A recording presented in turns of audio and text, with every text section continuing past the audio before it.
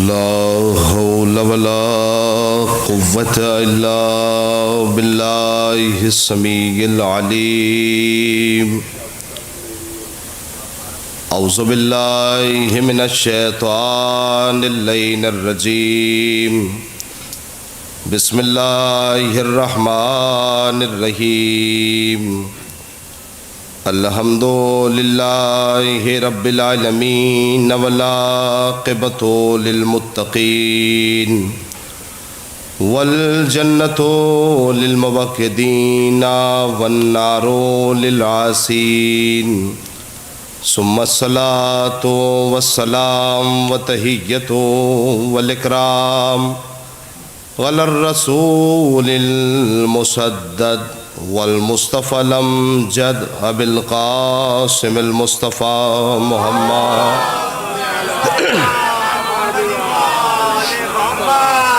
وأهل بيته الطيبين الطاهرين المعصومين المظلومين ولعنة الدائمة الباقية على أعدائهم وقتلتهم ومنكر فضائلهم أجمعين.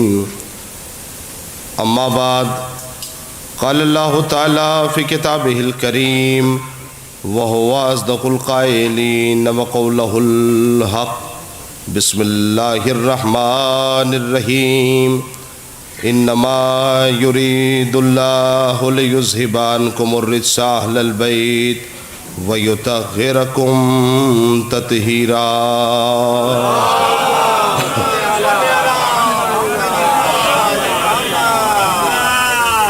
مومنین کی خدمت میں گزار ہوں کہ ایک مرتبہ سورہ الحمد اور 3 مرتبہ سورہ اخلاص کی تلاوت فرما کر مرحومہ مغفورہ طیبہ بی بی بنت جواد حسین صاحب اور جملہ مومنین و مومنات کی ارواح کو ارشاد فرما دیں.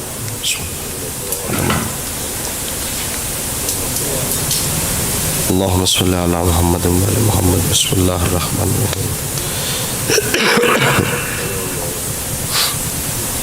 والین بسم اللہ الرحمن الرحیم.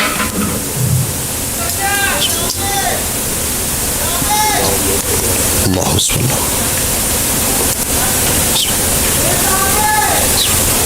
محمد وعلی محمد وعجل فرج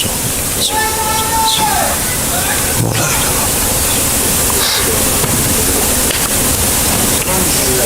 صلوات پڑھ دیں محمد وعلی محمد. اللہم صلی اللہ علیہ وسلم. عزیزان گرامی قدر، محترم سامعین کرام، بزرگان اور تمام نوجوان، سورہ احزاب کی 33ویں آیت کی تلاوت فرمائی ہے، جس سے ماشاءاللہ مجھے لگتا ہے کہ تقریباً 100-150 مجلسیں یا اس سے بھی زیادہ مجلسیں اس آیت پہ آپ لوگوں نے سن رکھی ہیں. لیکن میں یہ چاہتا ہوں کہ آیت کے کچھ ایسے رموز ہیں کہ جو اپنے سننے والوں کے لیے میں تلاوت کرنا چاہتا ہوں، اور انشاءاللہ مجھے یقین ہے چونکہ ابھی یہ ایام گزرے ہیں اور خاص طور سے چونکہ ایک مرحومہ کے سال ثواب کی مجلس ہے، لہٰذا میں نے اس آیت کی تلاوت فرمائی ہے. اس آیت کو سمجھنے کے لیے تھوڑی سی اگر میرے ساتھ آپ حضرات توجہ فرمائیں گے اور دقت کریں گے تو انشاءاللہ اس نتیجے پہ پہنچیں گے کہ آیت پہ توجہ کرنے سے پہلے آیت میں جو یہ لفظ لگی ہوئی ہے نا انما، چونکہ آیت یہاں سے شروع نہیں ہوئی ہے، آیت جو ہے یہ بیچ کا سلسلہ ہے، یہ بیچ کی آیت ہے. جو آیت شروع ہوئی ہے جہاں سے، یعنی جو 33ویں آیت کا آغاز ہے، انشاءاللہ وہ بھی میں آپ کو بتاؤں گا کہ وہ سلسلہ کہاں سے شروع ہوا ہے اور آیت کا اختتام کہاں پہ ہو رہا ہے. اس آیت کو ہم لوگ آیت تطہیر کے نام سے جانتے ہیں اور یاد کرتے ہیں، لیکن یہ درمیانی آیت ہے، یہ جو ہے وسطی آیت ہے. یہ شروعاتی آیت کہاں سے آیت کا آغاز ہوا ہے وہ آپ کی خدمت میں انشاءاللہ تلاوت کروں گا. سب سے پہلے آیت کو سمجھنے کے لیے آپ کو انما کو سمجھنا ہوگا کہ یہ انما کیا ہے.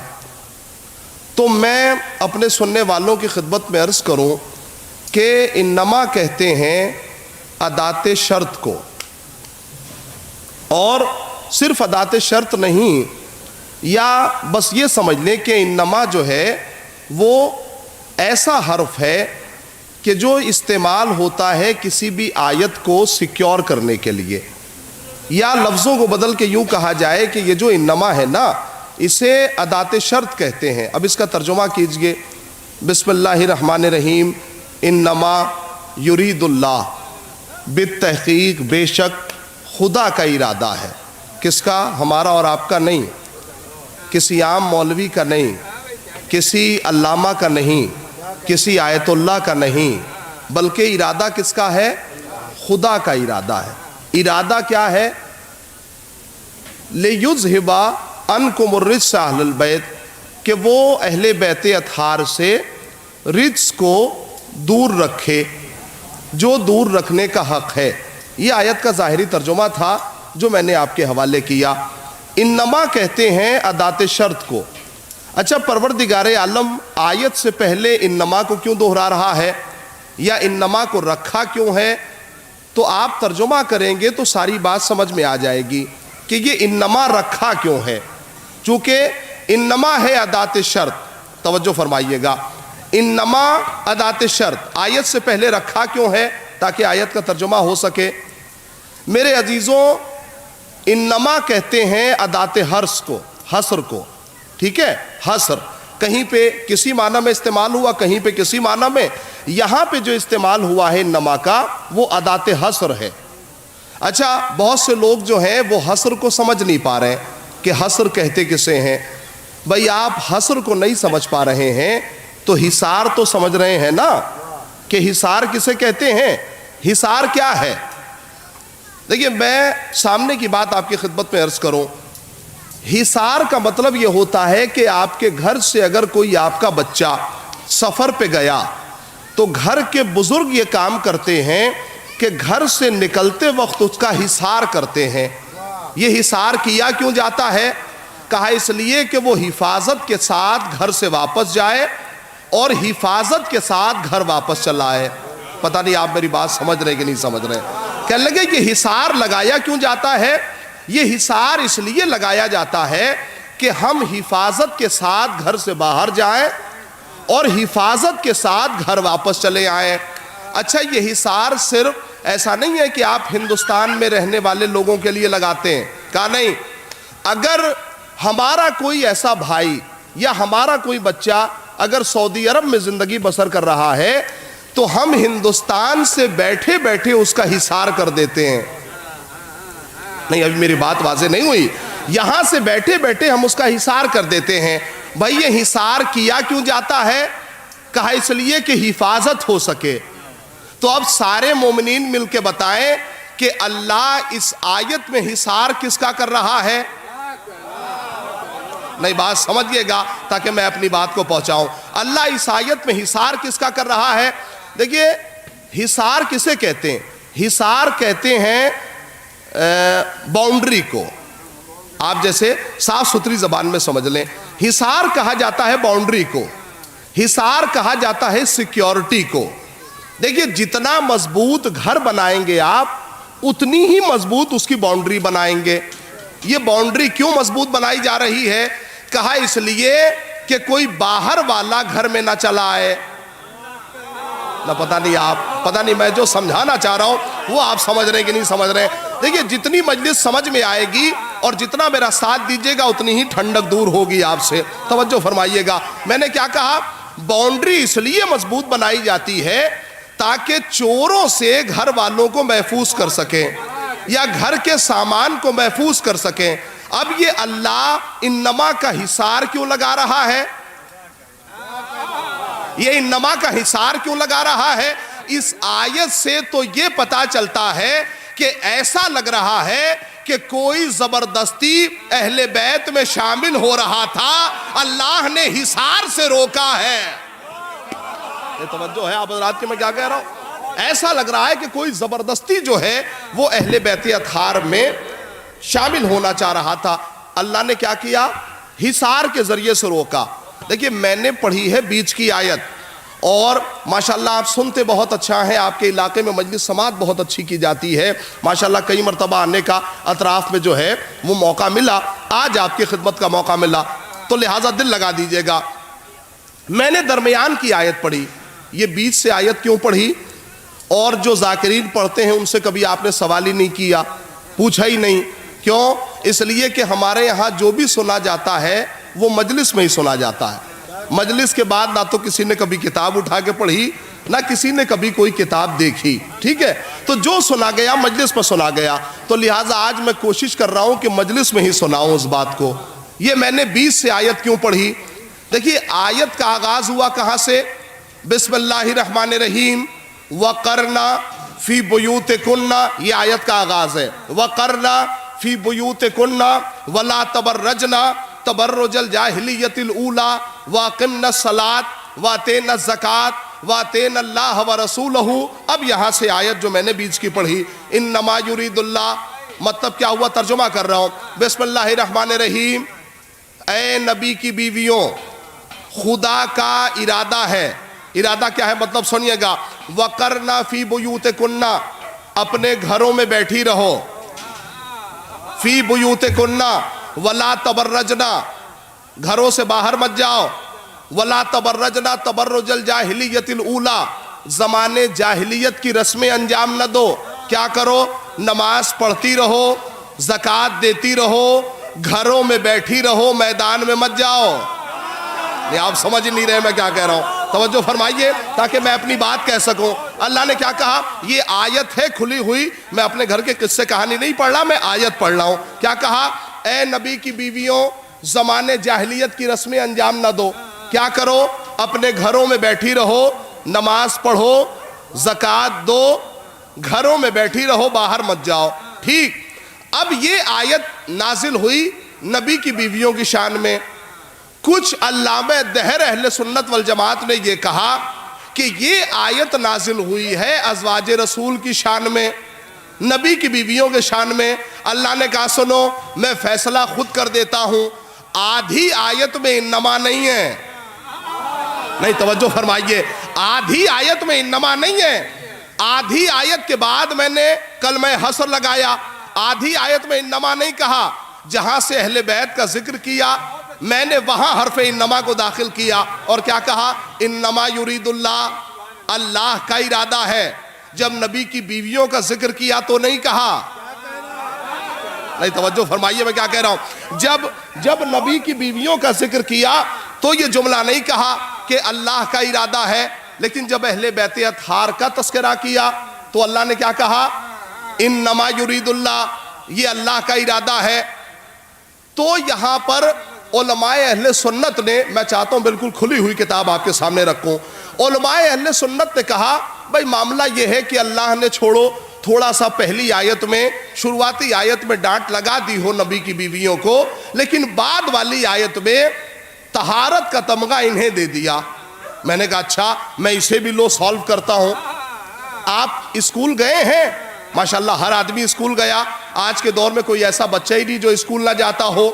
دن بھر کوئی ٹیچر کسی بچے کو خوب ڈانٹے، خوب پھٹکار لگائے، اور شام میں نکلتے وقت یہ کہے کہ آج میں نے خوب تمہیں ڈانٹا ہے تو لہٰذا یہ میڈل تمہیں ڈانٹنے کے طور پر دے رہا ہوں۔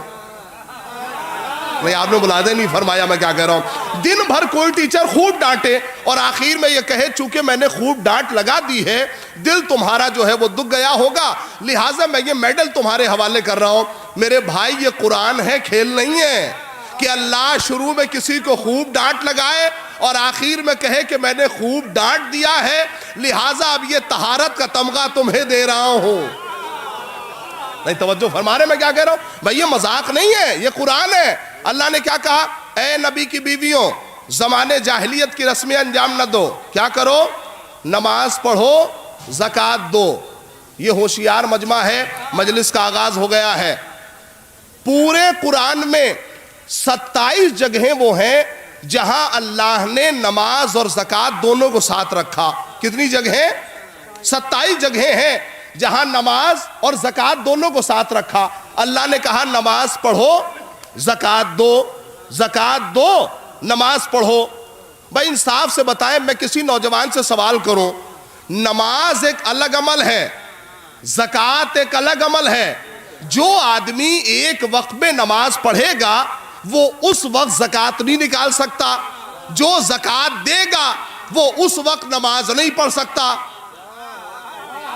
نہیں، پتہ نہیں آپ سمجھ رہے ہیں کہ نہیں سمجھ رہے ہیں۔ جو نماز پڑھے گا وہ اس وقت زکات نہیں دے سکتا، چونکہ نماز جدا عمل ہے، زکات جدا عمل ہے۔ لیکن اللہ قرآن میں 27 جگہوں پہ کہہ رہا ہے کہ نماز پڑھو، زکات دو، زکات دو، نماز پڑھو۔ اے میرے اللہ، اگر ایک آدمی بھی ایسا نہ ملا پوری دنیا میں تو آیت بیکار ہو جائے گی، آیت برباد ہو جائے گی۔ اللہ نے کہا نہیں، میری نگاہ کسی ایسے بندے پہ ہے جو نماز بھی پڑھ رہا ہے اور حالت رکوع میں زکات بھی دے رہا ہے۔ جزاک اللہ، سارے جزاک اللہ، جزاک اللہ، توجہ ہو جو اللہ نے کہا نہیں، توجہ ہے۔ دیکھیے، اہل بیت اطہار کا ذکر اگر کسی کو کرنا ہے، فضائل پڑھنا ہے تو قرآن سے پڑھے، قرآن سے پڑھے۔ چونکہ ہمارے برادران نے احادیث کو یہ کہہ کے کاٹ دیا جو اہل بیت اطہار کی شان میں نازل ہوئیں احادیثیں، یہ کہہ کے اسے رد کر دیا کہ احادیثیں ضعیف ہیں، تو لہٰذا قرآن کی آیت تو نہیں ہٹا سکتے نا، قرآن کی آیت تو نہیں کاٹ سکتے، لہٰذا میں قرآن سے آپ کی خدمت میں دلیل دے رہا ہوں، توجہ فرماتے رہیے گا۔ کیا کہا؟ نماز پڑھو، زکات دو۔ اچھا، زکات کے ساتھ ساتھ ایک لفظ اور بولی جاتی ہے ہمارے معاشرے میں، کون سی؟ خمس کی۔ زکات کے ساتھ یہ لفظ اور جڑی ہوئی ہے، چونکہ زکات ماشاءاللہ یو پی کے بعض علاقوں میں تو نکل سکتی ہے، لیکن زکات بہار میں بڑی مشکل سے نکلتی ہے۔ کیسے؟ کہنے لگے بھائی دیکھیے، زکات کے لیے کھیت کھلیان چاہیے، ہے نا، زکات کے لیے سونے چاندی کے سکے چاہیے۔ تو اب پہلے میر صاحب وہ تھے جن کے پاس کھیت تھا، لیکن اب جو ہے وہ میر صاحب صرف نام کے ہیں، اب جو ہے ان کے پاس کچھ ہے نہیں۔ توجہ فرما رہے ہیں؟ وہ سلسلہ یہ ہے کہ زکات وہی نکال سکتا ہے ماشاءاللہ جس کے پاس ہو، ٹھیک ہے؟ چونکہ 847 کلو اگر جو اناج ہوگا آپ کے پاس تب جا کے زکات نکلے گی۔ اب مسئلہ سنیے گا میرے عزیزوں، ایک لفظ سے میں استفادہ کرنے جا رہا ہوں، چونکہ خمس کے ساتھ یہ لفظ جو ہے زکات کے ساتھ جڑی ہوئی ہے خمس کی۔ یہ بتائیے کہ خمس نکالا جاتا ہے یا ادا کیا جاتا ہے؟ ہاں، آواز آنی چاہیے انشاءاللہ تاکہ میں اپنی بات رکھوں۔ خمس نکالا جاتا ہے، ادا کیا جاتا ہے؟ بھئی آواز آئے گی تب جا کے لطف آئے گا۔ خمس نکالا جاتا ہے، چونکہ بھائی کتابوں میں جو لفظ آئی ہے نا وہ خمس نکالنے کی آئی ہے کہ خمس نکالا جاتا ہے، لیکن آج میں ممبر سے اور خاص طور سے اس موضع میں امدہی میں یہ جملہ کہہ رہا ہوں، اسے اپنے ذہنوں میں محفوظ رکھیے گا کہ خمس نکالا نہیں جاتا، خمس ادا کیا جاتا ہے۔ نہیں، جملہ سنیے گا، خمس نکالا نہیں جاتا، خمس ادا کیا جاتا ہے۔ کہا حضور آپ نے دعویٰ کیا ہے، بھائی دلیل بھی تو دے کے جائیے۔ میں نے کہا سنیے، اللہ نے ایک طرف تو غریبوں کو روکا کہ امیروں کے دروازوں پہ مت جانا، دوسری طرف امیروں کو مجبور کیا کہ تم خمس دینے ہی صحیح غریبوں کے دروازوں پہ جاؤ۔ عجیب مرحلہ ہے میرے عزیزوں، توجہ فرما رہے ہیں۔ لہٰذا نکال کے حق ادا نہیں ہوا، بلکہ خمس ادا کیجئے، مستحق تک جا کے پہنچائیے۔ توجہ فرما رہے ہیں۔ آئیے تو اس سلسلے کو آپ کی خدمت میں، پورے قرآن میں 27 مقامات وہ ہیں جہاں اللہ نے نماز کا حکم دیا اور زکوٰۃ کا حکم دیا۔ اب آیت پہ پلٹ کے آئیے، انما کیا کہہ رہی ہے؟ انما یرید اللہ، بالتحقیق کس کا ارادہ ہے؟ خدا کا ارادہ ہے۔ ارادہ کیا ہے؟ لِيُذْهِبَ عَنْكُمُ الرِّجْسَ أَهْلَ الْبَيْتِ، کہ وہ اہل بیت اطہار سے رجس کو دور رکھے۔ اچھا، ہمارے یہاں جب یہ آیت پڑھی جاتی ہے تو ماشاءاللہ مولانا حضرات ترجمہ کیا کرتے ہیں؟ جو بھی مجلسیں پڑھتے ہیں وہ ترجمہ کیا کرتے ہیں؟ وہ روا روی میں ترجمہ کر کے گزر جاتے ہیں۔ وہ ترجمہ کرتے ہیں کہ اے اہل بیت اطہار، اللہ کا ارادہ ہے کہ وہ اہل بیت اطہار کو رجس سے دور رکھے جو دور رکھنے کا حق ہے. یہی تو ترجمہ کرتے ہیں. آیت اللہ جواد آملی، اتنا بڑا نام ایران کی تہذیب میں آج کی دنیا میں محفوظ ہے، آپ بھی اس نام کو محفوظ کیجئے گا. آیت اللہ جواد آملی نے کہا کہ یہ ترجمہ ہے غلط. تو کہا آیت اللہ ہمیں بتائیے کہ صحیح ترجمہ کون سا ہے. کہا سنو، ترجمہ اگر تم نے کیا کہ اے اہل بیت طہارت، اللہ کا ارادہ ہے کہ وہ اہل بیت کو رجس سے دور رکھے، تو مطلب کیا نکلتا؟ مطلب یہ نکلتا کہ اہل بیت رجس کے قریب جانا چاہتے ہیں، خدا دور کرتا ہے.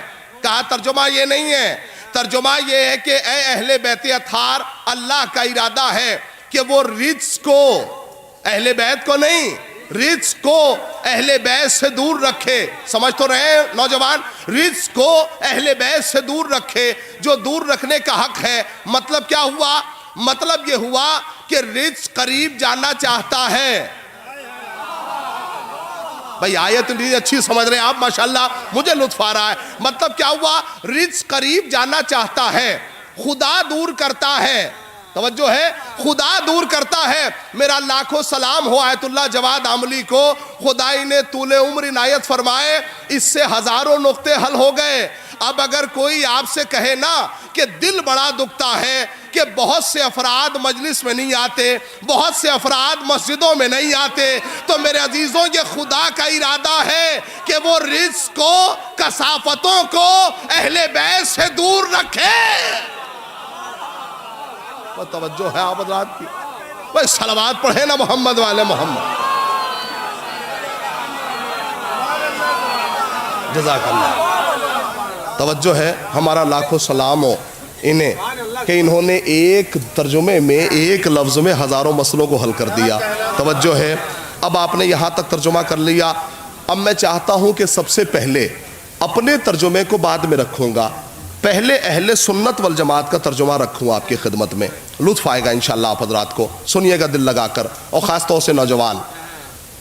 اہل سنت والجماعت نے کہا کہ چونکہ میں نے پوری آیت کا ترجمہ کر دیا آپ کی خدمت میں، لیکن ابھی رجس کا ترجمہ نہیں کیا.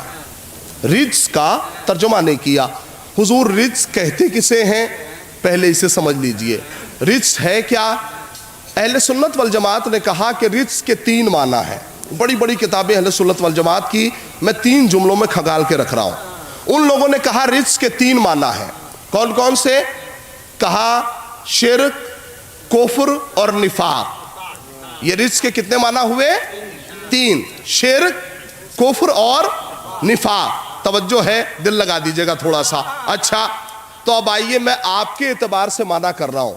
جو اہل سنت والجماعت نے ترجمہ کیا نا، میں اسی اعتبار سے معنی کر رہا ہوں. اب معنی کیجئے، اے اہل بیت اطہار، اللہ کا ارادہ ہے کہ وہ شرک سے آپ کو دور رکھے جو دور رکھنے کا حق ہے.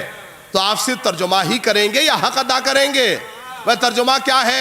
اے اہل بیت طہارت، اللہ کا ارادہ ہے کہ وہ شرک سے. تو اب اس ترجمے کے مطابق کیا ہوا کہ شرک اہل بیت سے دور. اہل سنت والجماعت کا ترجمہ ہے نا، شرک اہل بیت سے دور. تو جب یہ طے ہو گیا کہ شرک اہل بیت سے دور ہے، تو جب شرک اہل بیت سے دور ہے تو کوئی مشرک اہل بیت کے قریب کیسے ہوگا؟ نہیں، میں آپ کا ترجمہ کر رہا ہوں اور میں اہل سنت والجماعت کا ترجمہ کر رہا ہوں. کیا کہا؟ پہلے معنی ہے شرک، لہٰذا میں نے شرک کا ترجمہ کیا. جملہ سنیے، وجد میں آ جائیے گا. دوسرا جملہ اہل سنت والجماعت نے کہا کہ دوسرے معنی ہے کفر. اب اس کا ترجمہ تو آپ خود ہی کر لیں گے، اتنے انداز سے میں نے ترجمہ کر دیا. پہلا والا کیا کہا؟ اے اہل بیت طہارت، اللہ کا ارادہ ہے. ارادہ کیا ہے؟ کہ وہ کفر سے آپ کو دور رکھے جو دور رکھنے کا حق ہے. مطلب سنیے گا، دل لگا دیجئے گا. کفر سے آپ کو دور رکھے. تو اب آیت کا ترجمہ کیجئے کہ کفر اہل بیت سے دور، کفر اہل بیت کے قریب نہیں آ سکتا، کفر اہل بیت کا ساتھی نہیں ہو سکتا. تو جب کفر اہل بیت کے قریب نہیں آ سکتا تو پھر کوئی کافر نہیں. دل لگائیے گا، جب کفر ان کے قریب نہیں آ سکتا تو پھر کوئی کافر اچھا یہ تیسرا معنی سن لیجئے. تیسرے معنی ہے نفاق. میں اہل سنت والجماعت اپنے برادران کا ترجمہ کر رہا ہوں. تیسرے معنی ہے نفاق. ترجمہ کر لیجئے, اے اہل بیت طہارت, خدا کا ارادہ ہے کہ وہ نفاق سے آپ کو دور رکھے. تو اب ترجمے کی حد تک جاؤں گا تو وقت لگ جائے گا, ایک جملے میں سن لیجئے. آیت کے مطابق ترجمہ یہ ہوا کہ نفاق اہل بیت سے دور, نفاق اہل بیت کے قریب نہیں جا سکتا. تو بھائی جب نفاق اہل بیت کے قریب نہیں جا سکتا تو کوئی منافق نہیں, توجہ ہے آپ حضرات کی, جب نفاق ان کے قریب نہیں جا سکتا تو پھر کوئی منافق اہل بیت کا قریبی کیسے ہو سکتا ہے؟ نہیں, ایک دو ترجمہ میں اپنا کرنا چاہتا ہوں. تین ترجمہ میں نے کیا آپ کی خدمت میں, تین معنی کیے اہل سنت کے. اب دو معنی کروں گا اپنے, دل لگائیے گا. برادران شیعہ نے خاص طور سے لغت کی کتاب میں ایک معنی ملا رجس کا, کہ رجس کہتے ہیں گناہ کو. کیا کہتے ہیں؟ گناہ کو. بھائی انسان سے دن بھر میں ایک گناہ تو ہوتا نہیں, دن بھر میں ہزاروں گناہ ہوتے رہتے ہیں, ہے کہ نہیں؟ ہر آدمی سے کوئی آدمی کہہ سکتا ہے کہ میں دن بھر میں کوئی گناہ نہیں کرتا ہے؟ بھائی گناہ کو چھوٹا ہی سمجھ لینا بہت بڑا گناہ ہے. نہیں, دل نہیں لگایا آپ نے میں نے کیا کہا. گناہ کو مختصر ہی سمجھ لینا حضور بہت بڑا گناہ ہے. ٹھیک, تو انہوں نے کہا کہ گناہ اس کے معنی ہے. رزق کے ایک معنی کیا ہے؟ گناہ. اچھا, تو سارے گناہوں کی لسٹ بنائیے, میں ایک ترجمہ بس کروں گا. رزق کے ایک معنی ہے گناہ, یہ بنائیے کہ غصب گناہ ہے یا نہیں؟ گناہ ہے. میں کیا کہہ رہا ہوں, دل لگائیے گا. غصب گناہ ہے یا نہیں؟ بھائی گناہ ہے نا. تو اب ترجمہ کیجئے, اے اہل بیت, اللہ کا ارادہ ہے کہ وہ غصب سے آپ کو دور رکھے, جو دور رکھنے کا حق ہے. تو یہ طے ہو گیا کہ غصب اہل بیت کے قریب نہیں جا سکتا. تو جب غصب اہل بیت کے قریب نہیں جا سکتا تو پھر کوئی غاصب, توجہ ہے آپ کی میں کیا کہہ رہا ہوں, جب غصب ان کے قریب نہیں جا سکتا تو پھر کوئی غاصب ان کا قریبی کیسے ہو جائے گا؟ ان سے رشتہ کیسے جوڑ لے گا؟ غاصب ان کا قریبی نہیں ہو سکتا. توجہ آیت کی حد تک نہیں, ایک جملہ اس سے آگے بڑھ کے کہنا چاہتا ہوں. علماء لغت نے رجس کے ایک معنی یہ کیے کہ رجس کے ایک معنی ہے لعنت. نہیں, آخری فت تک توجہ چاہ رہا ہوں, میں اس معنی کو کرنے سے پہلے توجہ چاہ رہا ہوں. رزق کے ایک معنی ہے لعنت. اب ترجمہ کیجئے, اے اہل بیت اطہار, خدا کا ارادہ ہے, کسی مولوی کا نہیں, اللہ کا ارادہ ہے کہ وہ لعنت کو آپ سے دور رکھے. نوجوان اب تو سمجھ جائے جملہ, لعنت کو آپ سے دور رکھے, جو دور رکھنے کا حق ہے. تو یہ طے ہو گیا نا کہ لعنت اہل بیت کے قریب نہیں جا سکتی, اہل بیت کے دہلیز تک نہیں جا سکتی. تو جب لعنت اہل بیت کے قریب نہیں جا سکتی تو کوئی لعنتی, بس صلوات پڑھے نا محمد والا. جزاک اللہ.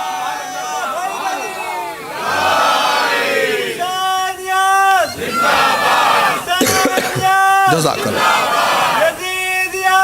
مرد آباد سارے مومنین.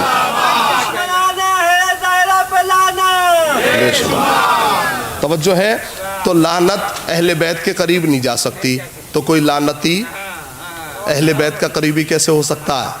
توجہ ہے. آیت پہ آپ نے اتنی داد دے دی اور میں نے اتنی محنت کرا دی, تو اب میں یہاں سے بالکل گفتگو کو آسان کر رہا ہوں. توجہ دیکھیے, تو میں وہ لعنت والی آیت تو پڑھ دوں آپ کی خدمت میں. یہ آیت نازل کب ہوئی تھی؟ کہا جب اہل بیت اطہار مباہلے میں نصارہ کے مقابلے میں گئے تھے, تب یہ آیت جو ہے وہ نازل ہوئی تھی. کیا کہا تھا اللہ نے رسول کے ذریعے سے؟ تم اپنے بیٹوں کو لاؤ, ہم اپنے بیٹوں کو لائیں. تم اپنی عورتوں کو لاؤ, ہم اپنی عورتوں کو لائیں. تم اپنے جیسوں کو لاؤ, ہم اپنے جیسوں کو لائیں. اچھا, یہ بھی تاریخ کا بہت بڑا کمال تھا کہ نبی نے کہا کیا تھا؟ تم اپنے جیسوں کو, ہم اپنے جیسوں کو. توجہ فرمائیے گا میرے عزیزوں، اگر ایک انگلی آج کے دور میں کسی کی طرف اٹھاؤ نا تو 3 انگلی خود آپ کی طرف اشارہ کر رہی ہیں، خود آپ کی طرف اٹھ رہی ہیں۔ دوسروں پہ تبصرہ کرنے والے یہ بھول جاتے ہیں کہ ان پہ بھی کوئی تبصرہ کر رہا ہے۔ پتہ نہیں نوجوان سمجھیں گے اس جملے کو۔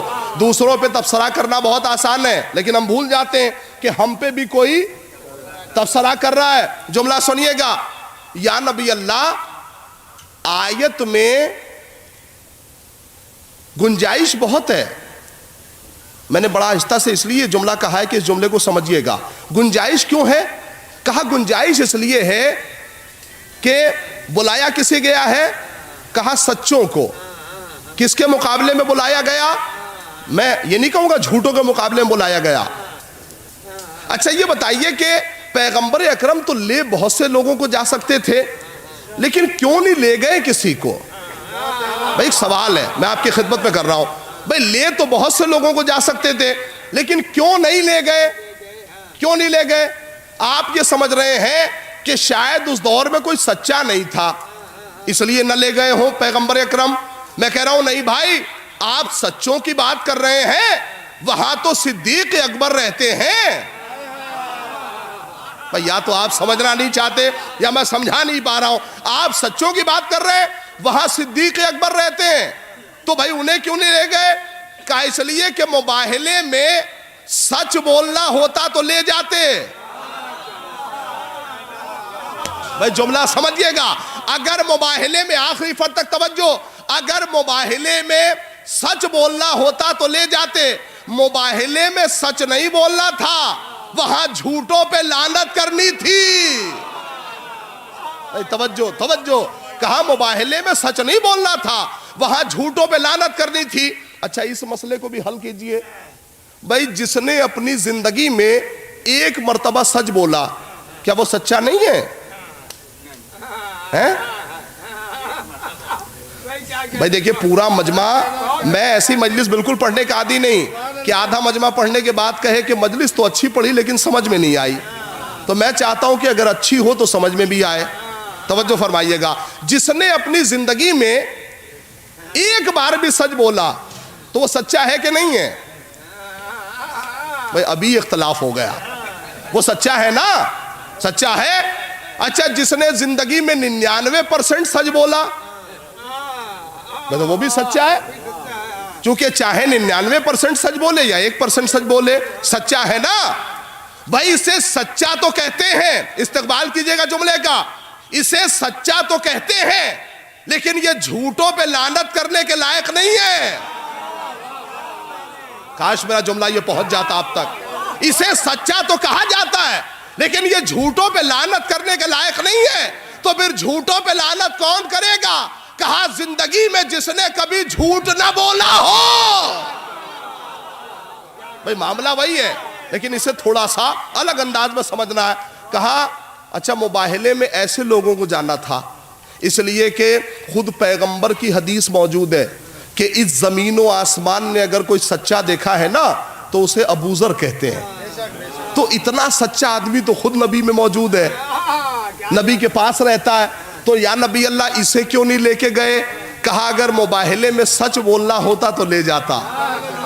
ماشاءاللہ بھئی حوصلہ بڑھائیے گا، اگر مباہلے میں سچ بولنا ہوتا تو لے جاتا، وہاں سچ نہیں بولنا، وہاں جھوٹوں پہ لعنت کرنی تھی۔ توجہ، اب جیسے ہی اہل بیت نصارہ کے مقابلے میں پہنچے کہ ان لوگوں نے چہرہ دیکھا اور دیکھ کے کہا کہ ہم ان سے مقابلہ نہیں کریں گے۔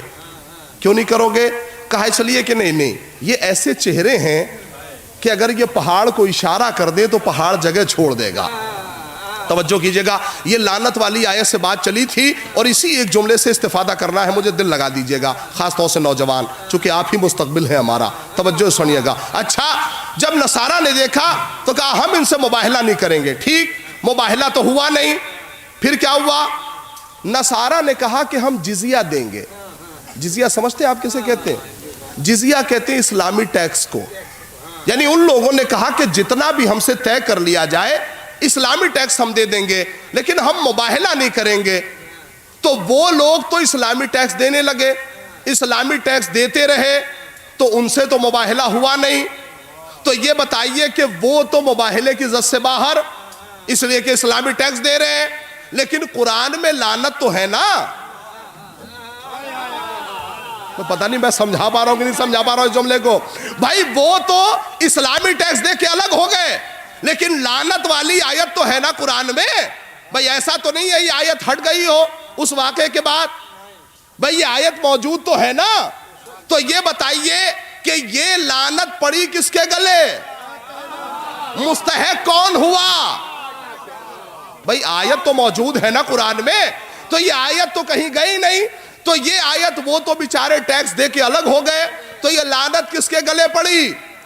ایصال ثواب کی مجلس ہے، شہادت فاطمیہ گزری ہے، اس جملے کو اپنی زندگی میں لکھ لیجئے گا۔ میرے عزیزوں، صادق آل محمد کے پاس ایک شخص پہنچا، آ کے کہنے لگا مولا آپ چلے تو ہم نے چلنا سیکھا، آپ بولے تو ہم نے بولنا سیکھا، مولا لیکن اتنا بتا دیجئے کہ جب اہل بیت اطہار نصارہ کے مقابلے میں گئے تھے تو ان لوگوں نے ٹیکس دے کے خود کو الگ کر لیا تھا، تو لعنت والی آیت تو موجود ہے قرآن میں، تو یہ لعنت کس کے گلے پڑی؟ اگر میری زبان ہوتی تو کٹ جاتی خدا کی قسم، لیکن زبان کس کی ہے؟ امام صادق کی۔ کہا لعنت کہیں گئی نہیں، لعنت کہیں گئی نہیں۔ مولا پھر کہاں گئی؟ کہا لعنت معلق ہو گئی، معلق ہو گئی۔ کہا مولا معلق ہو کے کیا کرے گی؟ کہا سنو، قیامت تک جو بھی سیدہ کے مقابلے میں آئے گا لعنت کا مستحق قرار پائے گا۔ جزاک اللہ۔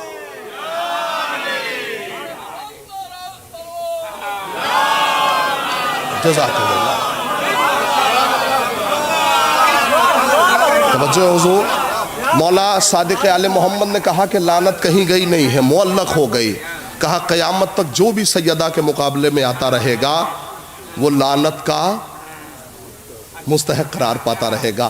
اب آیت کا ترجمہ کرنا اور بھی آسان ہو گیا۔ اس کا مطلب ہے ایک آیت کے ترجمے میں 35-40 منٹ لگ گیا۔ توجہ فرما رہے ہیں؟ آیت کا ترجمہ کروں، کیا کہا؟ اے اہل بیت طہارت، اللہ کا ارادہ ہے۔ کیا ارادہ ہے؟ کہ وہ رجس کو آپ سے دور رکھے جو دور رکھنے کا حق ہے۔ دیکھیے یہ آیت کس کی شان میں نازل ہوئی؟ اتنا تو آپ بھی جانتے ہیں ماشاءاللہ۔ کس کی شان میں نازل ہوئی؟ اہل بیت اطہار، اور خصوصی طور پر جناب سیدہ کے لیے نازل ہوئی، ٹھیک ہے، جناب فاطمہ کے لیے۔ اسی لیے روایتوں میں ہے کہ صرف مرکز طہارت ہی سیدہ نہیں ہے بلکہ مرکز عصمت بھی سیدہ ہے۔ توجہ، مرکز عصمت بھی سیدہ ہے۔ میرے عزیزوں، جس بی بی نے ایصال ثواب موضوع ہے اور ایک مرحومہ کے ایصال ثواب کی مجلس ہے، لہٰذا اس جملے کو غور سے سنیے گا۔ میرے عزیزوں، جس بی بی نے صرف 18 سال دنیا میں گزارے ہوں اس کی زندگی پر ہزاروں کتابیں لکھی گئیں۔ کتنی؟ ہزاروں۔ اور ایسی نہیں ہے، 2-3 کتاب کا نام میں آپ کی خدمت میں صرف دہراؤں گا۔ ایک ہے اعلموا انی فاطمہ، مجھے پہچانو میں فاطمہ ہوں۔ کتنی جلدوں میں؟ 7 جلدوں میں، ٹھیک ہے، 400-400 500 پیج کی کتاب۔ توجہ فرماتے رہیے گا۔ ایک عظمت جناب زہرا 25 جلدوں میں۔ توجہ ہے، جس بی بی نے صرف 18 سال گزارے ہوں اس کے لیے ہزاروں کتابیں۔ توجہ فرمائیے گا۔ یہ بتائیے کہ جتنے بھی بڑے گھر کا بچہ ہو، جتنے بھی بڑے گھر میں رہتا ہو، ISPCS کے گھر میں رہتا ہو، کبھی ایسا ہوا ہے کہ گھر والوں کو بچوں کے ذریعے سے پہچانوایا گیا ہو؟ کبھی ایسا ہوا آپ کے گھر میں؟ بھئی ہمارے یہاں ایسا نہیں ہوتا، لاکھ ہم بہت بڑے علامہ دہر ہو جائیں، لیکن ہمیں جب بھی پہچانوایا جائے گا تو ہمارے ماں باپ کے ذریعے سے پہچانوایا جائے گا۔ ذریعہ معرفت کا ماں باپ ہوتے ہیں۔ توجہ ہے نوجوانوں، دل لگا دیجئے گا، ذریعہ ماں باپ ہوتے ہیں۔ کبھی ایسا نہیں ہوا کہ کسی بیٹے کے ذریعے سے باپ کو پہچانوایا جائے، کسی بیٹی کے ذریعے سے جو ہے وہ ماں کو پہچانوایا جائے، کبھی ایسا نہیں ہوتا۔ لیکن آپ کیا حدیث قصہ بھول گئے؟ کیا پڑھتے ہیں آپ؟ ہم فاطمہ ابوہا و بالوہا و بنوہا، کون ہے چادر میں؟ زہرا، ان کے بابا، ان کے شوہر، ان کے بچے۔ نہیں، آپ نے دل نہیں لگایا۔ میرے عزیزوں، اے میرے اللہ، تو نے دوسروں کا نام نہیں لیا، بھائی کم از کم نبی کا نام تو لے لیتا، نبی کا نام تو لے لیتا. کہا نہیں، آج معاملہ الٹا ہے. آج مرکز طہارت سیدہ ہیں، آج مرکز عصمت سیدہ ہیں، آج مرکز جو ہے وہ سیدہ ہیں. جملہ سنیے گا، آج مرکز سیدہ ہے. اے میرے اللہ، تو نے مرکز کیوں سیدہ کو بنایا جبکہ نبی بھی موجود ہیں؟ تو مرکز نبی کو ہونا چاہیے تھا نا. پھر سیدہ کیوں مرکز ہے؟ کہا میں نے مرکز کسی وجہ سے بنایا ہے. کہا وجہ تو بتا دے. کہا سنو، اگر کسی میں شک ہو کہ فلاں فلاں فلاں اہل بیت میں ہے یا نہیں تو اسے مرکز پہ پلٹاؤ. دل لگائیے گا، دل لگائیے گا. اگر کسی میں شک ہو کہ کوئی اہل بیت میں ہے یا نہیں تو اسے مرکز پہ پلٹاؤ. اگر وہ مرکز کا محرم ہے تو اہل بیت میں ہے. میں محنت کر رہا ہوں میرے عزیزوں. اگر وہ مرکز کا محرم ہے تو اہل بیت میں ہے. اگر مرکز سے محرم نہیں تو اہل بیت میں نہیں ہے. جملے کا وزن برداشت کیجئے گا. اگر مرکز کا محرم نہیں تو اہل بیت میں نہیں ہے. بھئی وہ سیدہ کا محرم کیا ہوتا؟ سیدہ جسے جواب سلام کے لائق نہ سمجھے. توجہ ہے آپ حضرات کے بگا کر؟ جزاک اللہ. سارے مومنین مل کے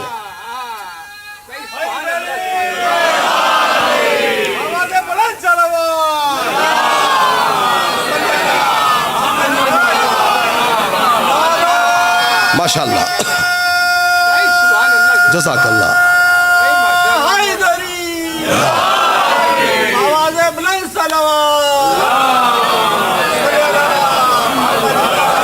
توجہ ہے بھائی. وہ محرم کا مطلب ہے کہ اگر کسی کو مرکز پہ پلٹایا جائے تو وہ مرکز کا محرم ہو.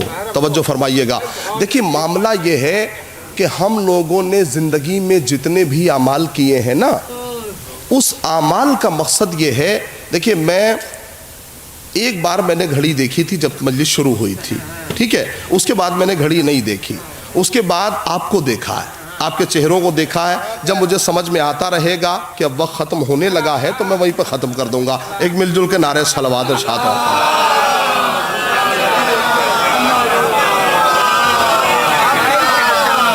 اب میں یہاں سے نوجوانوں کی خدمت کرنے جا رہا ہوں، دل لگا دیجئے گا. دیکھیے میرے عزیزوں، معاملہ یہ ہے کہ اسلام میں کتنے فرقے ہیں؟ 73. دیکھیے اختلاف مت کیجئے گا. اگر یہاں اختلاف ہونے لگا تو پھر باہر اختلاف اور جو ہے وہ بڑھ جائے گا. ٹھیک ہے. اسلام میں فرقے کتنے؟ 73. نوجوانوں میں آپ سے گزارش کر رہا ہوں، 73. ہر فرقہ اپنے آپ کو جنتی کہتا ہے یا نہیں کہتا ہے؟ کہ میں جنت میں جاؤں گا، دوسرا والا نہیں جائے گا. وہ کہتا ہے میں جنت پہ جاؤں گا، تیسرا والا فرقہ نہیں جائے گا. یعنی ہر فرقہ اپنے آپ کو جنتی کہہ رہا ہے. اچھا، جنت و جہنم کا فیصلہ تو ہم بعد میں کریں گے، لیکن ایک جملے سے میں اپنی بات کو اور مضبوط کرنے جا رہا ہوں. ٹھیک، یہ بتائیے کہ جنت و جہنم کے خالق کا نام کیا ہے؟ کس نے پیدا کیا جنت و جہنم کو؟ کس نے؟ خدا نے. ماشاءاللہ. دیکھیے آگے جو لوگ بیٹھے ہیں الحمدللہ وہ بڑا جو مجلس کو سنبھال رکھا ان لوگوں نے. توجہ ہے. کہنے لگے کیا ہے؟ جنت و جہنم کے خالق کا نام ہے خدا، اللہ نے پیدا کیا. اچھا تو آئیے میں قرآن کی آیت سے تھوڑا سا استدلال کر دوں. جنت کے بنانے والے کا نام خدا، جہنم کے بنانے والے کا نام خدا. جی چاہتا اللہ سے عرض کروں، اے میرے اللہ تو نے جہنم کو پیدا ہی کیوں کیا؟ بس جہنم کو پیدا نہ کرتا ہم سب کے سب جنت میں چلے جاتے. کہا نہیں، جہنم کی خلقت کا مطلب تو سمجھو. دیکھیں مطلب جو سمجھ جائے گا وہ میرا ساتھ دے گا. جہنم بنائی کیوں گئی؟ جنت بنائی اللہ نے. نہیں، میں ایک جملے سے استفادہ کروں گا. جنت بنائی اللہ نے، جہنم بنائی اللہ نے. لیکن میں آج اس منبر سے کہنے جا رہا ہوں جنت تو خدا نے بنائی ہے لیکن جہنم اس نے نہیں بنائی. آپ اتنی غور سے میرا چہرہ دیکھیں گے اگر اس جملے کے بعد تو میں نربھس ہو جاؤں گا. توجہ ہے. کیا کہا؟ جنت تو اللہ نے بنائی لیکن جہنم نہیں بنائی. آپ کہیں گے مولانا قرآن کے خلاف پڑھ رہے ہیں آپ، کہ جہنم اللہ نے نہیں بنایا. میں نے کہا دلیل سنیے, جہنم اللہ نے بنائی نہیں بلکہ اللہ سے بنوائی گئی. ماشاءاللہ حوصلہ بڑھائیے گا. جہنم اللہ نے بنائی نہیں, اللہ سے بنوائی گئی. بھئی کون ایسا باپ اس مجلس میں بیٹھا ہے جو یہ چاہتا ہو کہ اس کا نالائق بیٹا بھی جہنم میں چلا جائے؟ کوئی چاہتا ہے؟ کوئی نہیں چاہتا. اگر میرے 2 بیٹے ہیں, چاہے ایک لائق ہو دوسرا نالائق ہو, پھر بھی میں نہیں چاہتا کہ دوسرا والا جہنم میں چلا جائے, چونکہ باپ ہوں نا. توجہ فرمائیے گا, باپ ہوں نا. تو جب میں باپ ہو کے نہیں چاہتا تو وہ خدا ہو کے کیسے چاہے گا؟ نہیں, جتنا مطلب سمجھ میں آ جائے اتنا میرا ساتھ دیجئے گا. میں باپ ہو کے نہیں چاہتا, وہ خدا ہو کے کیسے چاہے گا؟ تو جنت تو اللہ نے بنائی لیکن جہنم اس نے نہیں بنائی, جہنم اس سے بنوائی گئی. بھائی نبی کی حدیث سنیے اور فیصلہ آپ کے ہاتھ میں ہے. نبی نے کہا سنو, اگر پوری دنیا علی کی محبت پہ جمع ہو جاتی تو اللہ جہنم کو پیدا ہی نہ کرتا. وہ فیصلہ آپ کے ہاتھ میں. جزاک اللہ.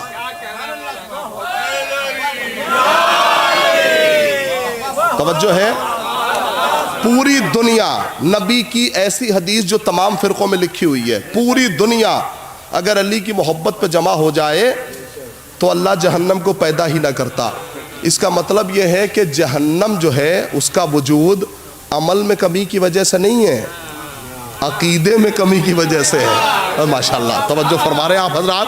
عمل میں کمی کی وجہ سے نہیں ہے, عقیدے میں کمی کی وجہ سے ہے. یہ ایصال ثواب کیوں رکھا گیا ہے؟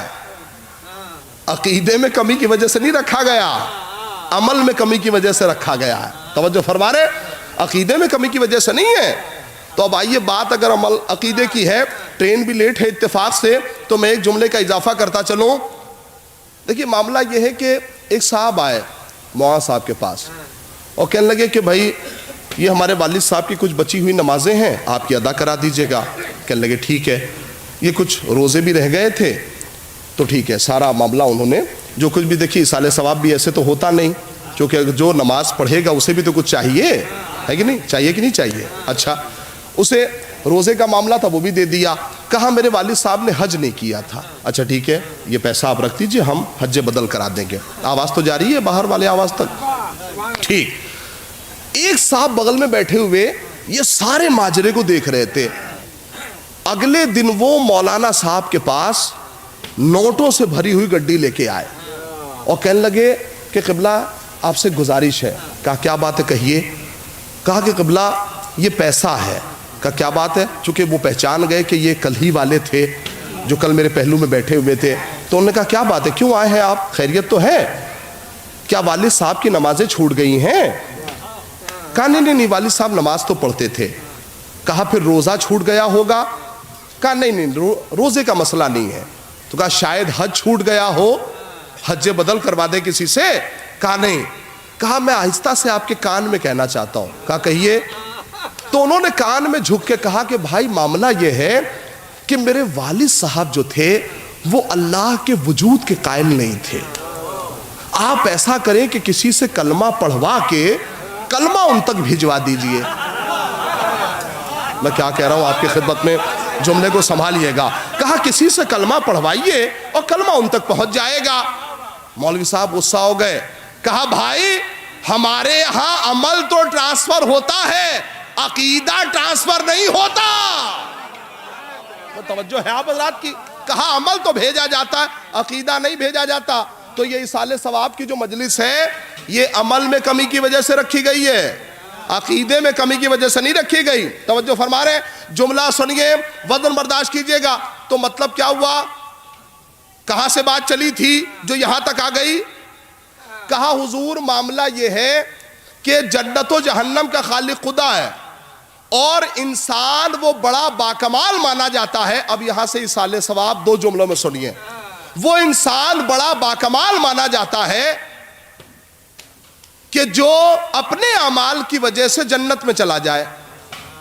اچھا کسی کو جتنا جو جنت کا معاملہ ہے وہ کسی کو زندگی میں تو ملتی نہیں بھائی, مرنے کے بعد ہی تو ملے گی جنت ہے. وہ بڑا خوش نصیب آدمی ہے جس کے اعمال اچھے ہوں اور وہ جنت میں چلا جائے. جملہ سنیے, مجلس کا عجیب خوبصورت جملہ ہے میرے عزیزوں, جس کے اعمال اچھے ہوں وہ جنت میں جائے گا. بھئی عجیب معاملہ ہے, وہ خوش نصیب جس کے اعمال اچھے ہوں اور مرنے کے بعد جنت میں جائے, تو وہ کتنا خوش نصیب ہوگا کہ جو زندگی میں ہی جنت میں ہو. بھائی میں نے کوئی بات کہی آپ کی خدمت میں, وہ کتنا خوش نصیب ہوگا. نہیں, میں نے لفظ مذکر کی رکھی ہے اس لیے شاید مشکل ہو گیا آپ کے لیے سمجھنا. بھائی وہ کتنی خوش نصیب ہوگی کہ جو زندگی میں جنت میں ہو. نوجوانوں حق ادا کیجئے گا, کون جنت میں تھا؟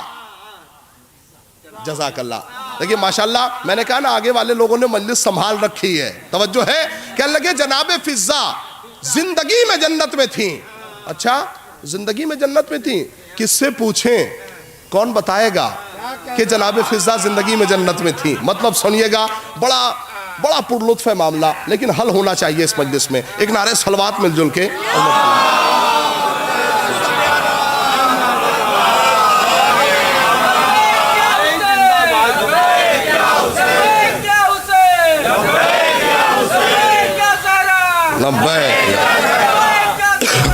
میں یا زہر سارے مومن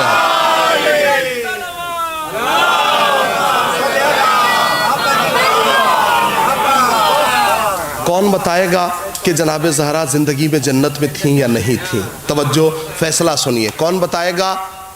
بتائیں گے صحابی رسول. صحابی رسول کون؟ نام ہے عبداللہ ابن مسعود, اور اتنا مضبوط نام ہے کہ کوئی جھٹلا ہی نہیں سکتا. اتنا مضبوط نام ہے, حافظ قرآن, مفسر قرآن, قرآن کے معنی و مفاہیم کو بیان کرنے والا. ایک دن جناب زہرا کے دروازے سے گزر ہوا, مطلب سنا ہوا ہے, میں ایک جملہ صرف یہاں پہ کہنے جا رہا ہوں اور اس کو دلیل کے طور پہ لانے جا رہا ہوں کہ جناب فضہ جس گھر میں تھی وہ گھر جنت تھا. بس اسی جملے کو مجھے بیان کرنا ہے اور مجلس کو تمام کر دینا ہے. جناب عبداللہ ابن مسعود کا گزر ہوا, جناب عبداللہ ابن مسعود کی نگاہ جناب فضہ پہ پڑی, جناب فضہ کو دیکھا اور سلام کیا. جناب فضہ نے جواب سلام دیا. یہاں پہ شریعت کا ایک مسئلہ بھی سن لیجئے آہستہ سے. اگر کوئی جوان خاتون ہے تو آپ سلام میں پہل نہیں کر سکتے. یہ شریعت کا مسئلہ کہ آپ سلام میں اسے, کوئی نوجوان اسے پہل نہیں کر سکتا. اگر وہ سلام کر دے تو آپ جواب دے سکتے ہیں, لیکن اگر کوئی سن رسیدہ خاتون ہے, بزرگ ہے, تو آپ سلام کر سکتے ہیں. ٹھیک, جناب فضہ کو کیوں سلام کیا عبداللہ ابن مسعود نے؟ چونکہ جناب فضہ زیادہ بزرگ تھیں عبداللہ ابن مسعود سے. عبداللہ ابن مسعود نے کہا کہ شہزادی آپ کی جنت تو پکی ہو گئی. کہا کیوں؟ کہا کہ اس لیے کہ آپ سیدہ کے کاموں میں ہاتھ بٹاتی ہیں. نہیں, آپ جتنے بامعرفت ہیں, بی بی نے اگر بی بی کی محبت ہے آپ کے دلوں میں, ایک مرحومہ کے سال ثواب کی مجلس ہے, تو اس جملے کو حل کر کے جائیے گا. کہا تمہاری جنت تو پکی. کیوں؟ کہا تم سیدہ کے کاموں میں ہاتھ بٹاتی ہو. میں کہوں گا یہ صحابی رسول ہیں, انہیں یہ کہنا چاہیے تھا کہ تم سیدہ کے گھر میں کام کرتی ہو. بھئی یہی تو کہنا چاہیے تھا, مجھے آواز آنی چاہیے مومنین کی. بھئی یہی تو کہنا چاہیے تھا, تم سیدہ کے گھر میں کام کرتی ہو. لیکن کیا کہا؟ سیدہ کے کاموں میں ہاتھ بٹاتی ہو. اس جملے سے کیا پتا چلا؟ سیرت سیدہ کیا نکلی؟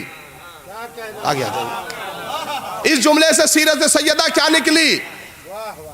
نوکر رکھنا بری بات نہیں ہے, لیکن سیدہ کی سیرت کا حق تب ادا ہوگا جب ایک دن کام گھر میں خاتون کرے, دوسرے دن گھر کا کام نوکر کرے.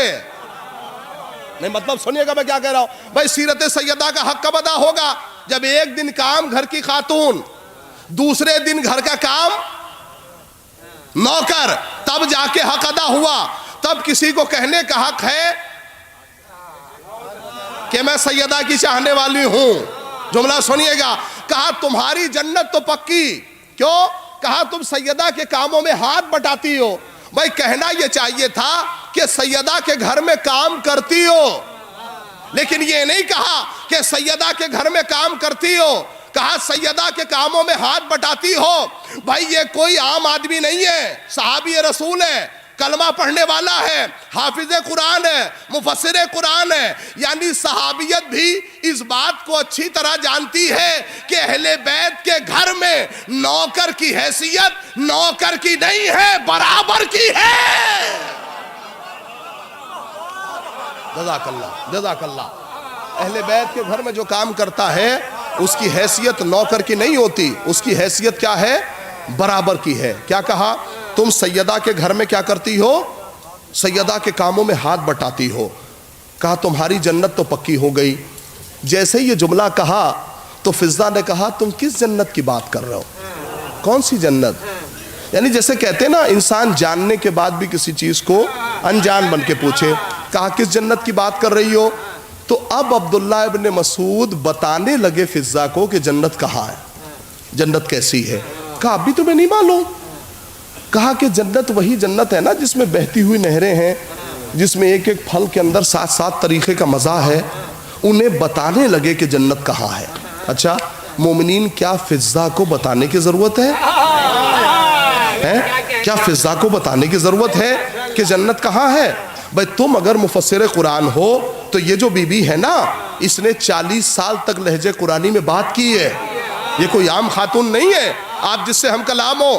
جناب فضہ نے جیسے عبداللہ ابن مسعود نے یہ دہرایا نا کہ جنت وہاں ہے، جنت ایسی ہے، جنت کی خصوصیتیں بتائیں، تو فضہ نے اوپر سے نیچے تک دیکھا اور دیکھ کے کہا کہ میں سمجھ رہی تھی کہ اتنے دن تک نبی کی خدمت میں رہے شاید معرفت میں اضافہ ہو گیا ہو۔ لیکن میں نے کوئی بات اگر ہلکے سے کہی ہے تو ایسا نہیں ہے کہ بات ہلکی ہے، بات میں دم نہیں ہے۔ کہا کہ میں سمجھ رہی تھی اتنے دن تک رہے شاید معرفت میں اضافہ ہو گیا ہو۔ تو فضہ نے کہا میں نے کون سی بے معرفت بات کہہ دی، کون سی بے معرفت بات کہہ دی؟ عبداللہ ابن مسعود نے کہا میں نے کون سی بے معرفت بات کہہ دی؟ میں نے تو معرفت بھرا جملہ کہا، جنت کے بارے میں بتایا کہ جنت کہاں ہے، جنت کیسی ہے۔ تو یہ جملہ تو آپ نے سب نے سنا ہے کہ فضہ نے کیا کہا کہ جنت کی خواہش وہ کرے جو جنت میں نہ ہو۔ یہ جملہ آپ نے سنا ہے نا، اسی لیے میں نے اس جملے پہ داد لی ہی نہیں آپ سے، چونکہ یہ جملہ آپ نے سن رکھا ہے۔ میں جو جملہ آپ کی خدمت میں دہراؤں گا جسے آپ نے سنا نہیں ہے، توجہ فرمائیے گا۔ فضہ نے کہا کہ میں جس گھر میں رہتی ہوں وہ جنت ہے، جنت ہے۔ میں کہوں گا فضہ کا دعویٰ کیا ہے کہ میں جس گھر میں رہتی ہوں وہ گھر جنت ہے، دعویٰ ہے۔ اے بی بی اگر آپ نے دلیل نہ دی تو آج صحابیت جو ہے وہ مذاق اڑائے گی۔ آپ جس گھر میں رہ رہی ہیں اس کے آبرو کی بات ہے، اس گھر کی عزت کی بات ہے۔ کہا اے فضہ تم جس گھر میں رہتی ہو وہ گھر جنت ہے، تمہیں دلیل دینی پڑے گی۔ بھئی تم نے دعویٰ تو کر دیا کہ میں جس گھر میں ہوں وہ گھر جنت ہے، لیکن اس کی دلیل کیا ہے؟ کہا سنو میں جس گھر میں رہتی ہوں اس میں کون کون رہتا ہے؟ بھئی آواز آنی چاہیے ماشاءاللہ۔ میں جس گھر میں ہوں اس میں کون کون رہتا ہے؟ علی رہتے ہیں، اس میں زہرا رہتی ہیں، یہ عبداللہ ابن مسعود کہہ رہے ہیں، اس میں حسنین رہتے ہیں۔ فضہ نے کہا نہیں علی نہیں رہتے، جنت و جہنم کا بانٹنے والا رہتا ہے۔ شہزادی نہیں رہتی، ملکہ شفاعت رہتی ہیں۔ حسنین نہیں رہتے، جنت و جہنم کے جوانوں کے سردار۔ بھائی اب بھی نہیں سمجھے؟ جب صبح نمودار ہوتی ہے تو زہرا آتی ہے، آ کے کہتی ہے بہن فضہ تم پر سلام ہو۔ حسنین آتے ہیں، آ کے کہتے ہیں اماں فضہ تم پر سلام ہو۔ تمہیں معلوم ہے عبداللہ ابن مسعود میں عہدے میں جتنی بھی بڑی ہو جاؤں جنت کے عہدے داروں کا سلام نہ آئے، لیکن میں جس گھر میں رہتی ہوں اس گھر میں جنت و جہنم کا بانٹنے والا رہتا ہے۔ توجہ ہے، لہٰذا میں نے اتنے بھروسے کے ساتھ کہہ دیا کہ وہ گھر جنت ہے۔ توجہ، آخری مرحلہ ہے بالکل۔ میں جس گھر میں رہتی ہوں اس گھر کی اہمیت یہ ہے کہ اس میں جوانان جنت کے سردار رہتے ہیں۔ توجہ میرے عزیزوں، جن کا رابطہ اہل بیت اطہار سے تھوڑا سا بھی ہو گیا نا، انہوں نے اپنے مقدر پہ بڑا ناز کیا، بڑے نازا ہوئے وہ لوگ۔ میں چونکہ ایک معظمہ کی سال ثواب کی مجلس ہے، لہٰذا ایک سیرت کا بس پہلو آپ کی خدمت میں پڑھوں گا، 5 منٹ میں تمام ہو جائے گا اور آپ جو ہے وہ تبرک نوش فرما لیں گے۔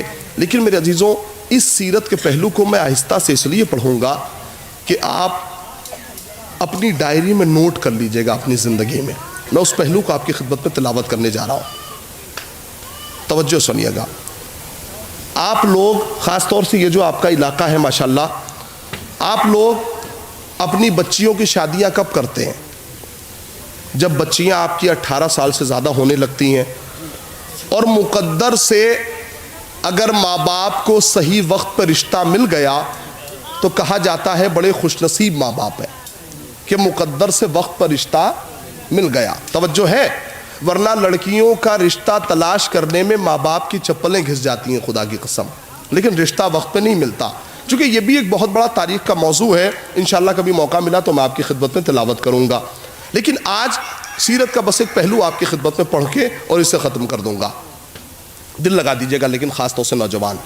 تو ہمارے یہاں ہماری بچیاں 18 سال کی ہو گئیں تو ہم نے اس کا رشتہ کیا، ٹھیک۔ کوئی اچھا سے اچھا باپ، اچھی پرورش کرنے والا بھی مجھے بتائیے کہ اس نے اپنی بیٹی کی شادی کرنے کے بعد، رشتہ کرنے کے بعد، کبھی اپنے سمدھیانے میں جا کے یا بیٹی کے سسرال جا کے کبھی فخر سے اپنے داماد سے پوچھا ہو کہ تم نے میری بیٹی کو کیسا پایا؟ نہیں، مطلب سنیے گا اور سیرت کا پہلو لے کے جائیے گا۔ کبھی ایسا ہوا آپ کے یہاں کہ ہم لوگ اپنی بیٹیوں کو بیاہنے کے بعد بڑے فخر سے گئے ہوں اور جا کے کہا ہو اپنے داماد سے کہ تم نے میری بیٹی کو کیسا پایا؟ کبھی ایسا نہیں ہوا میرے بھائی، میرے بزرگ، کبھی ایسا نہیں ہوا۔ سنیے، نبی نے جناب زہرا کا عقد کیا اور شادی کرنے کے بعد جب زہرا کے گھر پہنچے تو بڑے فخریہ انداز میں جا کے علی سے کہا کہ تم نے زہرا کو کیسا پایا؟ نہیں، جملے کی قدر نہیں کی آپ نے، بڑے فخریہ انداز میں کہا تم نے زہرا کو کیسا پایا؟ کائنات کی کوئی ایسی ویسی بیٹی ہوتی تو باپ پر غصہ کرتی کہ یا تو آپ میرے سسرال نہ آتے، اگر آئے ہیں تو میری بے عزتی کرانے کا حق نہیں تھا۔ اس لیے کہ ہمارے یہاں ہمارے سماج کا اصول یہی ہے کہ باپ آ کے آہستہ سے بیٹی کے کان میں کہتا ہے کہ تمہارا سسرال کیسا ہے، تمہارے گھر والے کیسے ہیں، تمہارا شوہر کیسا ہے، تمہارے سسر کیسے ہیں، ان کا اخلاق کیسا ہے، بات چیت کرنے کا مزاج کیسا ہے۔ توجہ ہے آپ حضرات کی، آہستہ سے کان میں کہتا ہے۔ میں کہوں گا یا نبی اللہ، آپ نے فخریہ انداز میں جا کے اپنے داماد سے پوچھ لیا، آپ کو تو بیٹی سے پوچھنا چاہیے تھا نا۔ نہیں، مطلب سنیے گا نوجوانوں، آپ کو تو بیٹی سے پوچھنا چاہیے تھا نا، آپ نے اپنے داماد سے کیوں پوچھا؟ اور وہ بھی فخریہ انداز میں۔ آپ نے ہمارے سماج کی ترتیب کیوں بدلی؟ نبی نے پلٹ کے جواب دیا، ترتیب میں نے صحیح بنائی تھی، بگاڑی تم نے ہے۔ جملہ سنیے، ترتیب میں نے صحیح بنائی تھی۔ میں کہوں گا یا نبی اللہ، آپ کو بیٹی سے جا کے پوچھنا چاہیے تھا کہ داماد کیسا ہے، گھر والے کیسے ہیں، لیکن آپ نے کس سے پوچھا؟ آپ نے پوچھا داماد سے۔ جملہ زندگی بھر یاد رہ جائے گا، میں جملے کی تلاوت کرنے جا رہا ہوں۔ نبی نے کہا میں نے فخریہ انداز میں اس لیے پوچھا کہ اپنے داماد سے وہی پوچھتا ہے کہ جسے اپنی بیٹی کی تربیت پر اعتبار ہو۔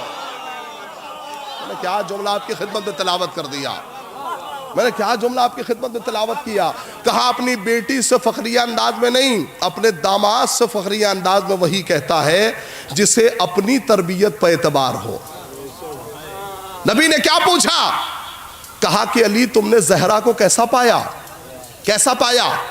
میرے عزیزوں، معرفت خدا کے سمندر میں ڈوب کے علی نے عجیب جملہ کہا۔ کیا تلاوت کیا؟ کہا نعم العون علی طاعت اللہ، میں نے زہرا کو اطاعت خدا میں برابر کا شریک پایا۔ کس میں؟ اطاعت خدا میں۔ نبی ابھی یہ جملہ آپ کی سمجھ میں نہیں آیا، میں جملے کو پھر سے واضح کروں۔ علی نے، نبی نے علی سے نہیں پوچھا کہ تم نے زہرا کو کیسا پایا، بلکہ ایک رات میں 1000 رکعت نماز پڑھنے والے سے کہا، جس کی ایک ضربت عبادت ثقلین پہ بھاری تھی، اس سے کہا کہ تم نے زہرا کو کیسا پایا، کہا میں نے اطاعت خدا میں برابر کا شریک پایا۔ اب یہ جملہ سن لیا آپ نے، میں کہوں گا یا نبی اللہ، اگر آپ بیٹی کے پاس نہیں گئے تو بات عدالت تک نہیں آئے گی۔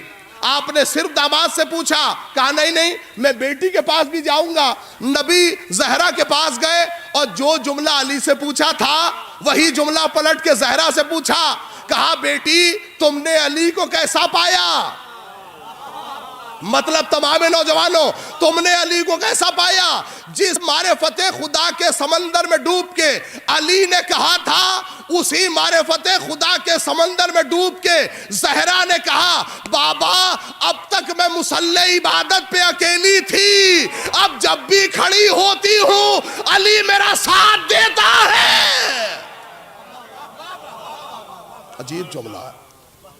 جس معرفت خدا کے سمندر میں علی ڈوبے تھے، اسی معرفت خدا کے سمندر میں زہرا ڈوبی تھی۔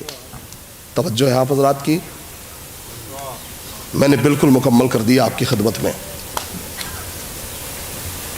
میرے عزیزوں، آج کل کے میں نئے نویلے رشتوں سے پوچھنا چاہتا ہوں، اس جملے کو نوجوان لکھ کے جائیں گے اپنی ڈائری میں، نئے نویلے دور سے پوچھنا چاہتا ہوں، اگر ایک وقت کسی کے گھر میں فاقہ ہو جائے نا تو زوجہ 10 دن تک اپنے شوہر سے شکایت کرے گی کہ آپ نے میری زندگی خراب کر دی، کیسے گھر میں میری شادی ہو گئی، کیسے لوگ مجھے بیاہ کے لائے۔ توجہ ہے؟ لیکن میرے عزیزوں، میں نے کائنات کا ایک لوتا گھر دیکھا، خدا کی قسم، جہاں مدتوں فاقے رہے ہوں، مدتوں فاقے رہے ہوں، اس کے باوجود زہرا کہہ رہی ہیں علی تم سے ایک بات پوچھوں؟ کہا بی بی پوچھئے۔ کہا علی تم مجھ سے راضی تو ہو نا؟ کچھ لوگ سمجھ گئے اس جملے کو۔ مدتوں جس گھر میں فاقے رہے ہوں، اس کے باوجود میرے عزیزوں، جس معرفت خدا کے سمندر میں علی ڈوبے تھے نا، اسی معرفت خدا کے سمندر میں زہرا ڈوبی ہوئی تھی۔ آمادہ ہو گئے آپ حضرات؟ بالکل آمادہ ہیں۔ میں کوئی ربط مصائب کے لیے کوئی جملہ نہیں کہوں گا آپ کی خدمت میں، بس ایک سوال کروں گا آپ سے، تڑپ جائیے گا اسی پر۔ یہ بتائیے کہ آپ اپنی بیٹیوں کی شادیاں کس سن میں کرتے ہیں؟ 18 سال، 20 سال، 22 سال، یعنی 18 سال میں جس سن میں آپ اپنی بیٹیوں کی شادی کرتے ہیں نا، اس سن میں زہرا عصا کا سہارا لے کے چل رہی۔ جس سن میں آپ بیٹیوں کی شادیاں کرتے ہیں، اس سن میں زہرا عصا کا سہارا لے کے چل رہی ہیں۔ جملہ سنیے گا میرے عزیزوں، امام حسن نے رات بھر دیکھا کہ مادر گرامی دیوار سے ٹیک لگا کر نماز پڑھ رہی ہیں، اور رات بھر نماز پڑھتی رہیں۔ جب صبح نمودار ہوئی تو امام حسن نے کہا کہ مادر گرامی میں نے دیکھا آپ رات بھر دوسروں کے لیے دعا کرتی رہیں، آپ نے نہ تو اپنے لیے کچھ مانگا نہ ہمارے لیے کچھ مانگا، آپ دوسروں کے لیے دعائیں کرتی رہیں، آپ نے تھوڑا آرام کیوں نہیں کر لیا؟ کہا بیٹا اگر میں لیٹنا چاہتی ہوں تو پسلیوں کا درد مجھے لیٹنے نہیں دیتا۔ اللہ ان نوازوں پر رحمت نازل فرما۔ نہیں دیتا، جب میں داہنی کروٹ ہونا چاہتی ہوں تو کنفس کے تازیانے مجھے داہنی کروٹ لیٹنے نہیں دیتے۔ میرے عزیزوں، روایتوں میں ہے کہ 45 دن تک سیدہ نے مسلسل بیٹھ کے زندگی گزاری ہے۔ میرے عزیزوں، جب بھی اہل بیت پہ گریہ کیا کیجئے تو ہمیشہ ایسے ہی رویا کیجئے، ایسے ہی باوازِ بلند گریہ کیا کیجئے۔ ایک بات کہوں آپ سے، مولا کائنات آنے کے بعد میرے عزیزوں سیدہ بستر علالت میں ہیں، آنے کے بعد پوچھا، آخری ایام سیدہ کے ہیں کہ بی بی جو ہے غش کے عالم میں زندگی گزار رہی ہیں ایک مرتبہ، لیکن پھر بھی عبادت خدا سے غافل نہیں ہیں، نمازیں پڑھ رہی ہیں، اسی میں جو ہے تسبیح خدا پڑھ رہی ہیں۔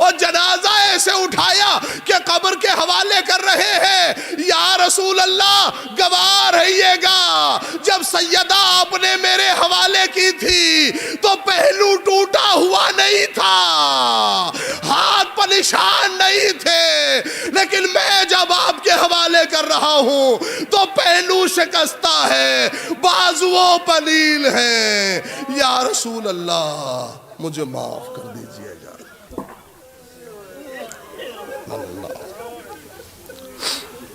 انا للہ و انا الیہ راجعون، رضا بقضائہ و تسلیما لامرہ۔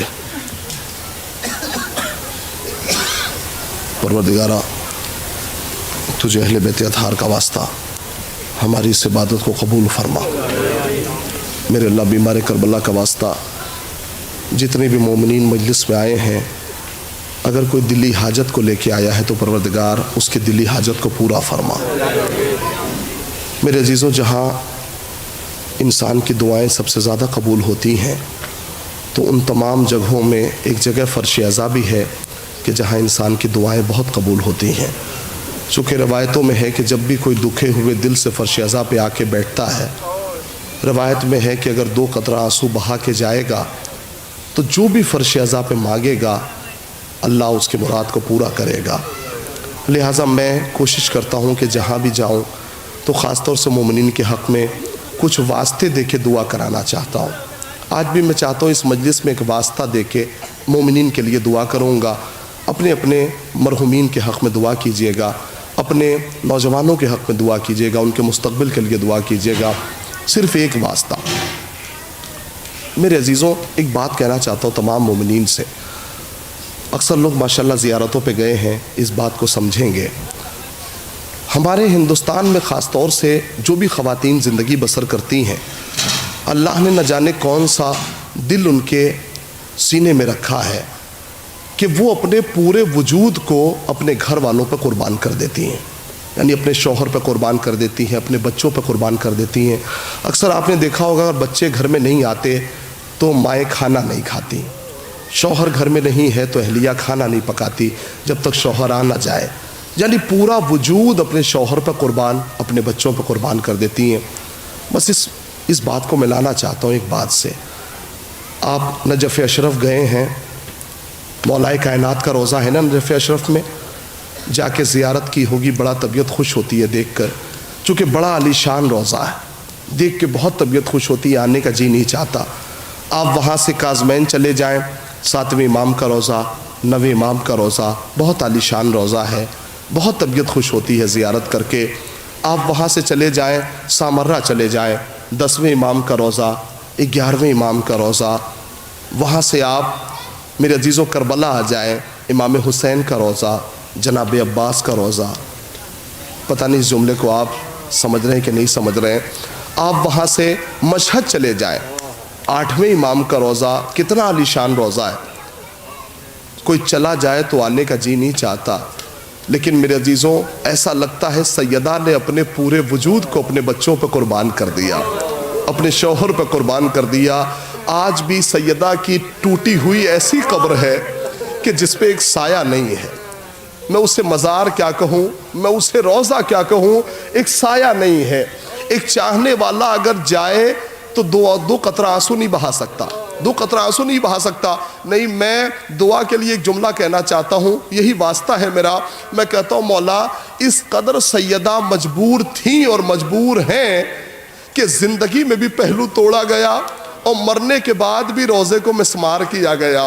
ہاں، لیکن ایک جملہ کہنا چاہتا ہوں، میں کہوں گا مولا اس مجمع کی آپ سے یہی دعا ہے کہ مولا جلد سے جلد ہم اپنی زندگی میں آپ کا ظہور دیکھ لیں اور آپ کے ظہور سے روزے کی تعمیر ہو جائے۔ میں کہوں گا میرے عزیزوں سیدہ اتنی مجبور ہیں کہ سیدہ کی زیارت آج جنت البقیع میں نہیں پڑھی جاتی بلکہ امام رضا کے روضے پہ پڑھی جاتی ہے۔ میں نے بالکل تمام کر دیا، ایک جملہ اور کہوں گا، اپنے حق میں دعا کیجیے گا۔ اگر کوئی بزرگ کسی واقعے کو دیکھتا ہے نا تو ہو سکتا ہے جلدی سے بھول جائے، یا ہو سکتا ہے بھول جائے، واقعہ یاد نہ رہے، لیکن اگر کوئی بچہ کسی واقعے کو دیکھتا ہے تو بھلا نہیں پاتا، بار بار وہ واقعہ اس کے ذہن میں آتا ہے، بار بار اسے جو ہے وہ ٹہوکا دیتا ہے۔ حسین کے بچوں نے کربلا کے بعد اتنا بہتا ہوا پانی دیکھا نا، اتنا بہتا ہوا پانی دیکھا، خدا کی قسم دیکھتے یہی تھے جناب سکینہ ہو یا جتنے بھی امام حسین کے چھوٹے چھوٹے بچے ہوں، انصار حسین کے بچے ہوں، یہی دیکھ رہے تھے کہ پانی سارے یزیدی لشکر اپنے گھوڑوں کو پلاتے ہیں، اپنے بچوں کو پلاتے ہیں، اپنے لشکر والوں کو پلاتے ہیں، لیکن جب ان کی باری آتی ہے تو زمین پہ یہ کہہ کے گرا دیتے ہیں کہ اگر پوری دنیا بھی پانی پانی ہو جائے تب بھی ہم تمہیں پانی نہیں دیں گے۔ جناب سکینہ کی ایک وصیت سن لیں، بی بی نے کیا کہا؟ کہا اے بھیا سید سجاد، اگر اس عالم میں میری موت ہو جائے تو چاہے مجھے یوں ہی دفن کر دینا، لیکن ان لوگوں سے پانی طلب نہ کرنا۔ میرے عزیزوں، انصاف نہیں ہوا اہل بیت اطہار کے ساتھ۔ آئیے اس واسطے کے ساتھ اللہ کی بارگاہ میں دعا کریں، پروردگار تجھے اہل بیت اطہار کا واسطہ، زمانہ بہت خراب ہے، بہت پرآشوب ہے، پروردگار جتنے مومنین بھی اس فرش عزا پہ بیٹھے ہیں، اگر اس میں کوئی مقروض ہے، کسی کا قرضہ اس کی گردن پہ ہے، تو پروردگار اس قرضے کو اہل بیت کے طفیل میں ادا فرما۔ پروردگار تجھے اہل بیت اطہار کا واسطہ، خاص طور سے ہمارے نوجوانوں سے اس لاک ڈاؤن میں جاب چلی گئی، اے میرے اللہ تمام نوجوانوں کے رزق و روزی میں برکت عنایت فرما۔ پروردگار تجھے اہل بیت اطہار کا واسطہ خصوصی دعا ہے جس مرحومہ کے سال ثواب کی مجلس ہے، اے میرے اللہ اس کے تمام گناہان کبیرہ و صغیرہ کو بخش دے اور اسے کروٹ کروٹ جنت نصیب فرما۔ پروردگار تجھے اہل بیت اطہار کا واسطہ کہ امام زمانہ کے ظہور میں تعجیل فرما۔ آخر میں آپ حضرات سے گزارش ہے کہ ایک مرتبہ سورہ الحمد اور 3 مرتبہ سورہ اخلاص کی تلاوت فرما کر مرحومہ مغفورہ طیبہ بی بی بنت جواد حسین صاحب اور تمام جملہ مومنین و مومنات کی ارواح کو شامل۔ اللہم صلی علی اللہم صلی علی اللہم صلی الحمدللہ رب العالمین الرحمن الرحیم مالک یوم الدین ایاک نعبد اہدنا الصراط المستقیم اللہم صلی